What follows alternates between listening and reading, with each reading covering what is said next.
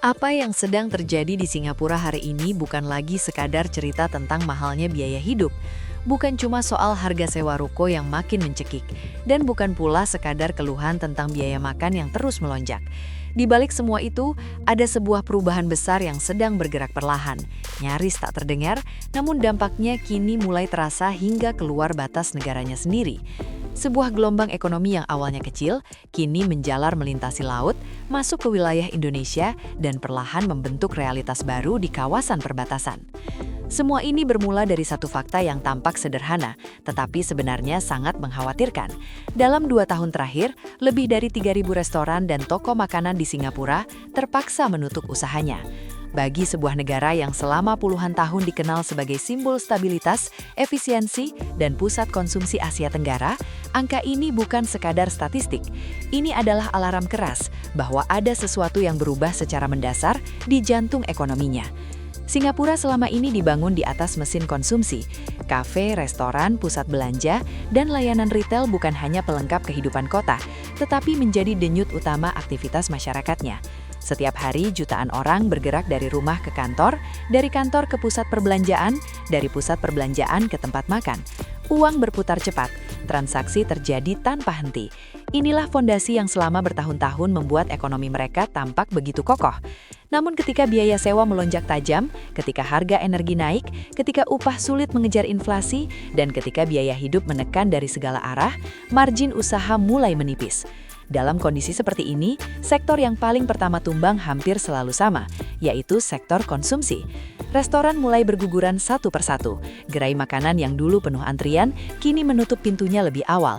Ruang-ruang publik yang sebelumnya ramai oleh pekerja kantoran dan wisatawan, perlahan kehilangan suaranya.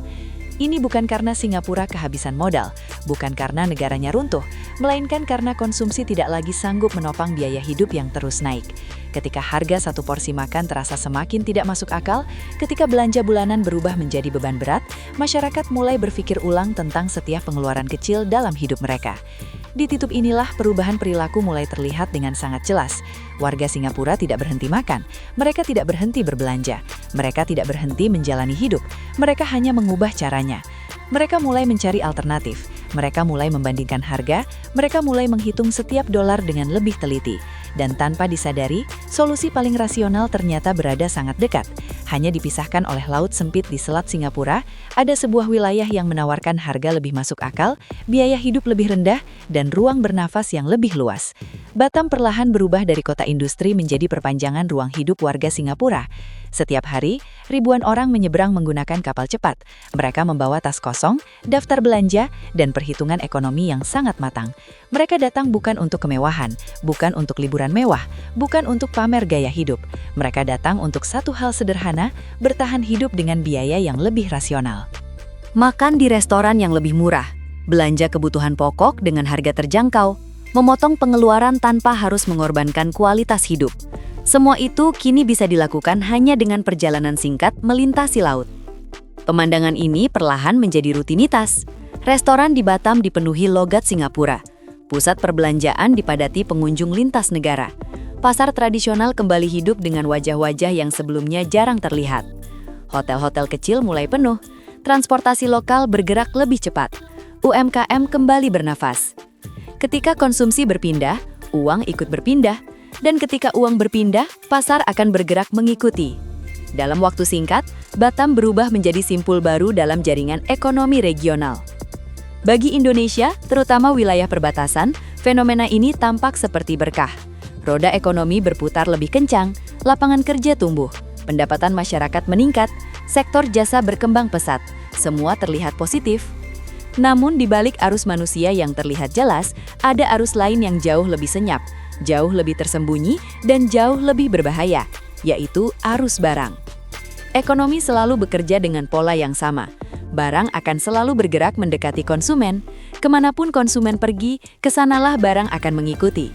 Ketika warga Singapura semakin sering makan dan belanja di Indonesia, ketika pusat konsumsi mereka bergeser lintas negara, maka rantai pasok pun ikut menyesuaikan diri.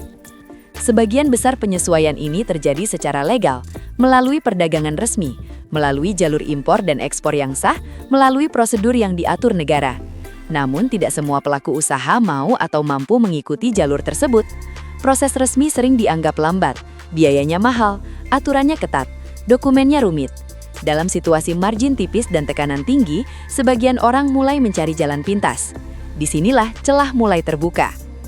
Beberapa waktu lalu, publik dikejutkan oleh upaya masuknya komoditas pertanian dari Singapura ke wilayah Indonesia tanpa dokumen resmi. Barang-barang ini akhirnya ditolak oleh otoritas setempat. Banyak orang heran, mengapa produk pangan dari Singapura justru ingin masuk ke Indonesia, negara yang dikenal kaya hasil pertanian. Jawabannya bukan soal kualitas, bukan soal selera. Jawabannya adalah pasar. Ketika daya beli melemah, ketika restoran tutup, ketika konsumsi menurun, komoditas yang mudah rusak berubah menjadi beban. Jika tidak segera terjual, nilainya jatuh, kerugiannya membesar, penyimpanannya mahal, resikonya tinggi. Wilayah Indonesia yang sedang dipenuhi konsumen baru terlihat seperti jalan keluar yang logis, namun itu baru permulaan. Tak lama kemudian, aparat Indonesia berhasil menggagalkan penyelundupan 2 kapal kayu di perairan Kepulauan Riau. Muatannya bukan lagi ratusan kilogram, melainkan puluhan ton daging beku. Daging sapi, babi, dan ayam yang berasal dari luar negeri masuk ke Singapura secara legal, lalu diduga hendak diselundupkan ke Indonesia tanpa dokumen karantina. Modusnya rapi, muatan disamarkan, sistem pelacakan dimatikan, jalur laut dipilih karena dianggap lebih sepi dan sulit diawasi. Tujuannya diduga menuju wilayah Sumatera. Di titik ini, kita tidak lagi berbicara tentang pelanggaran kecil. Ini adalah potret nyata tekanan ekonomi regional yang sedang bergeser arah. Ketika ribuan restoran tutup di Singapura, permintaan daging turun. Ketika warga lebih sering makan di luar negeri, konsumsi domestik melemah. Ketika pasokan berlebih menumpuk, biaya penyimpanan meningkat. Setiap hari berarti kerugian, setiap penundaan berarti beban baru. Dalam logika ekonomi murni, Indonesia terlihat seperti pasar penyelamat. Populasi besar, permintaan stabil, harga lebih kompetitif, potensi serapan tinggi. Masalahnya, sebagian pelaku memilih jalan cepat daripada jalan benar. Dan jalan cepat inilah yang berbahaya. Daging tanpa dokumen karantina bukan sekadar soal pajak, bukan sekadar pelanggaran administrasi. Ini menyangkut kesehatan masyarakat, ini menyangkut keamanan pangan, ini menyangkut masa depan peternakan nasional. Produk ilegal berpotensi membawa penyakit hewan menular. Ia bisa merusak ekosistem peternakan lokal. Ia bisa memicu wabah. Ia bisa menghancurkan usaha kecil yang selama bertahun-tahun dibangun dengan kerja keras.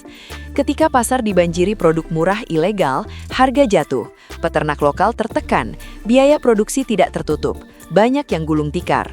Ketahanan pangan melemah. Disinilah paradoks besar muncul.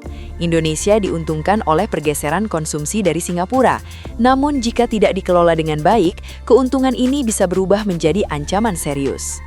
Arus uang membawa peluang, arus barang membawa risiko. Penangkapan kapal penyelundup menjadi pengingat bahwa negara harus hadir lebih cepat dari pasar gelap. Pengawasan laut, penegakan hukum dan sistem karantina bukanlah penghambat ekonomi. Justru itulah benteng utama perlindungan jangka panjang. Tanpa pengawasan kuat, Indonesia berisiko menjadi tempat pembuangan kelebihan pasokan negara lain. Dalam jangka pendek, mungkin terlihat menguntungkan. Harga murah, pasokan melimpah, konsumen senang. Namun, dalam jangka panjang, posisi ini sangat berbahaya. Ia melemahkan produksi dalam negeri. Ia menghancurkan kemandirian pangan. Ia membuat negara bergantung pada pasokan luar. Yang perlu dipahami, tekanan ekonomi Singapura bukan peristiwa sesaat.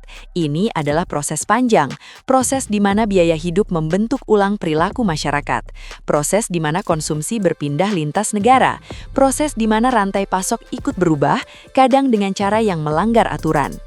Selama proses ini berlangsung, kasus-kasus penyelundupan sangat mungkin terus muncul. Bukan karena Indonesia lemah, tetapi karena Indonesia kini menjadi pusat gravitasi konsumsi baru di kawasan. Setiap pusat gravitasi akan menarik segalanya, modal, manusia, peluang, dan juga ancaman. Di balik semua ini, ada satu pelajaran besar. Peluang ekonomi tidak pernah datang sendirian, ia selalu membawa risiko. Pertanyaannya bukan apakah Indonesia bisa mengambil keuntungan dari situasi ini. Pertanyaannya adalah apakah Indonesia cukup dewasa untuk mengelolanya dengan bijak. Mampukah kita melindungi petani dan peternak lokal? Mampukah kita menjaga standar kesehatan? Mampukah kita menegakkan aturan tanpa menghambat pertumbuhan? Jika kita gagal, kita akan kehilangan dua hal sekaligus, peluang pertumbuhan dan stabilitas ekonomi domestik. Namun jika kita berhasil, Indonesia tidak hanya akan menjadi tujuan belanja warga asing, Indonesia akan tumbuh sebagai pusat konsumsi regional yang kuat, tertib, dan berdaulat. Cerita tentang restoran yang tutup, warga yang menyeberang ke Batam, komoditas ilegal yang ditolak hingga kapal penyelundup yang ditangkap, semuanya bukan kisah terpisah. Ini adalah satu rangkaian utuh tentang bagaimana tekanan ekonomi di satu negara menciptakan gelombang yang menjalar ke negara lain. Dan di tengah gelombang itu, Indonesia sedang diuji. Ujian ini bukan soal kekuatan uang, bukan soal besar kecilnya pasar, tetapi soal kedewasaan dalam mengelola perubahan. Karena pada akhirnya, ketika konsumen pindah negara, barang akan selalu mengikuti. Yang menentukan masa depan bukan arusnya, tetapi bagaimana kita mengarahkannya. Jika diarahkan dengan cerdas, Indonesia akan berdiri sebagai pemenang. Jika dibiarkan liar, peluang akan berubah menjadi masalah. Dan sejarah tidak akan mencatat siapa yang paling cepat mengambil keuntungan, tetapi siapa yang paling bijak menjaga kedaulatan ekonominya.